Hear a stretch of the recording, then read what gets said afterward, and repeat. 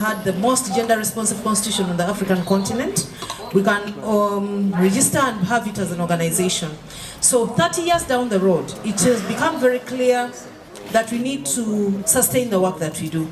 We need to make sure that, we connect women and girls across diversities, and then reach out to key stakeholders, partner with private sector, partner with other NGOs, reach out to people across geography, across class, across age. In other words, we can't light a candle and keep it under the table.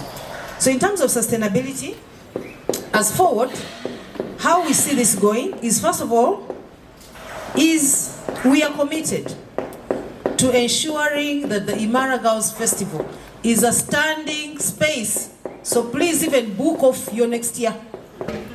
That now tells you we are committed to walking this journey, because it's a journey that we see as a snowball. It keeps growing and growing and growing, but also it keeps bringing together girls and young women in their diversity. And that speaks to who we are as an organization, where we can't afford to walk the journeys as separate silos of women and girls, but to bring it all together. And then another commitment that we have that will sustain this is really around ensuring that the Imara Women's Center is up and running. James here has just said they plan to see that the next Peer Educators Academy, the young girls and young boys that are in the academy, come to the center. Of course, that's a huge challenge, but it's doable. James, it is doable. We are committed to making sure that the center is up and running. And when you look at the commitment we have within Forward, it's one of the things that is part of our sustainability plan. After 30 years in this business, you must act differently. And as Forward, we have worked ourselves the last few years to really sustain ourselves. For example, we have the biggest radio station in the Greater North called Speak FM. That's part of our sustainability plan. The Imara Women's Center is supposed to be a center that brings together women, men, girls, boys, a space that we all need, which we do not have. That is part of sustaining the work we do. Another level of sustainability is that issues about money are very problematic to us as women. We always say you can't empower a poor woman. My sister here just talked about it. Poverty reduces your choices, but also makes you vulnerable. So one of the things we've asked women and girls and men to do is to get together, to bring all our small monies together. And as when we are always relying on money from the global north, the revolution around African independence totally will not be funded by the global west. We must fund it. We must decolonize. And we must localize our struggles, because it is us who knows what it means. And then part of sustaining ourselves as Imara, as Forward, just 1 minute, this is part of my TA. My mentees told me they never want to see me holding a piece of paper. So now I am reading from my phone. So part of us sustaining ourselves is really continuing the nurturing strategic partnerships. And I am excited that this year we are seeing a broader range of partners coming on board in the Imara Girls Festival. Why? Because the future is the future and capacity to network and work with other people. So I'd like to thank really our partners. I see there's Omoleso, there's Bidi now. Yes, Bidi now, Sauti Plus, we have Reach a Hand, we have Generation G, Motive, ATS Events, Uganda National Musicians Federation, Hewlett Foundation, and the Girl Child, as well as many others. I know some of you are out there listening to this. Please, next day, look for both Forward and Rahu and partner. The future is in partnerships. We can never afford to walk alone. So now this is part of our commitment of saying sustainability is showing people that we can share space, and the space is enough for all of us. Another area is around strengthening our national level work. Remember, we said the work we do and why we started was to make sure that policies, laws, and budgets benefit women, girls, boys, and men. So we commit ourselves to continue, to rally women that have passed through Forward.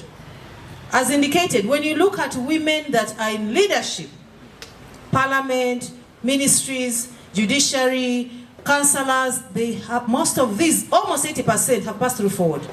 How do we rally them to bridge that divide with younger people? So now part is around strengthening our mentorship, and we run a young women's leadership program called the Youth Camp for Alternative and Transformative Leadership. So our commitment is to say we need to strengthen that. We need to continue doing it. We need to scale it up. And of course, lastly, we look at sustainability as rallying so many people around this conversation. It's a noble conversation. We can't imagine Imara alone. We need to imagine it with many people, including you who are in the media. How do you project the bodies of girls? How do you project the voices of girls and women? And how do we create that space and make sure that it is safe?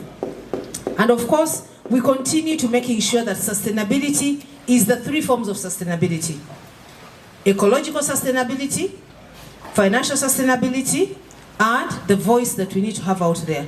Come imagine Imara with us. Come imagine the Girls Festival with us. Let's propound the voices of the leaders of not tomorrow, but these are the leaders of today. Because Africa, the Africa we want, is an Africa where the young people take charge. And among the young people, where young women and girls have a voice, and their voice is heard, and their voice is not muffled, or their voice is not looked at as a secondary voice. For us, that is sustaining Africa. They end up serving food in the markets. They end up getting small stores to sell merchandise. So these girls face a lot of challenges because they don't go far in education. This hinders them to acquire good earning jobs. You cannot find, it's rare to find a girl child, a grown-up girl child from a market in parliament. It's rare. And you cannot find them in offices because they never went far in their studies. There is a lot of sexual violence, sexual harassment in markets. And this is done by the men in the markets and the customers as well. So these girls are harassed, but you cannot tell someone that I'm harassed, and because they need evidence, they need to see how were you harassed. So these girls face a lot of sexual harassment in the market. They face, there is a lot of, they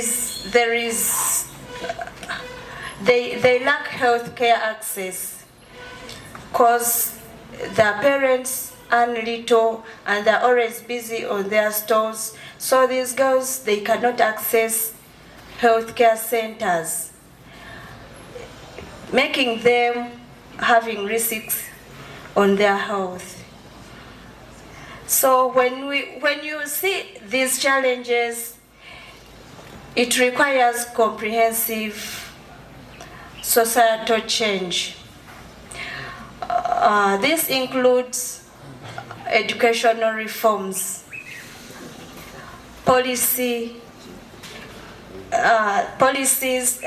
reforms in policies to promote gender equality, and having mobile clinics in the markets. These women, they are always there in the markets, on their stores. The moment you tell her that there is a cancer screening in the hospital free of charge, they feel like the moment I move away, I'll lose a customer. So it's better to extend these mobile clinics near them in the markets. When you look at these girls, due to the lack of funds going for further studies, there is a need of them getting skilling programs so that they can access everything they need, their necessities.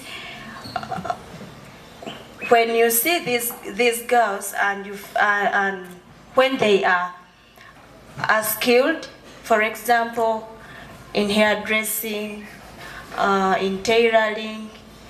There is also a need of equipping them, because the moment you train them and you don't equip, it means you've done nothing, because they have no money to access the equipment to use.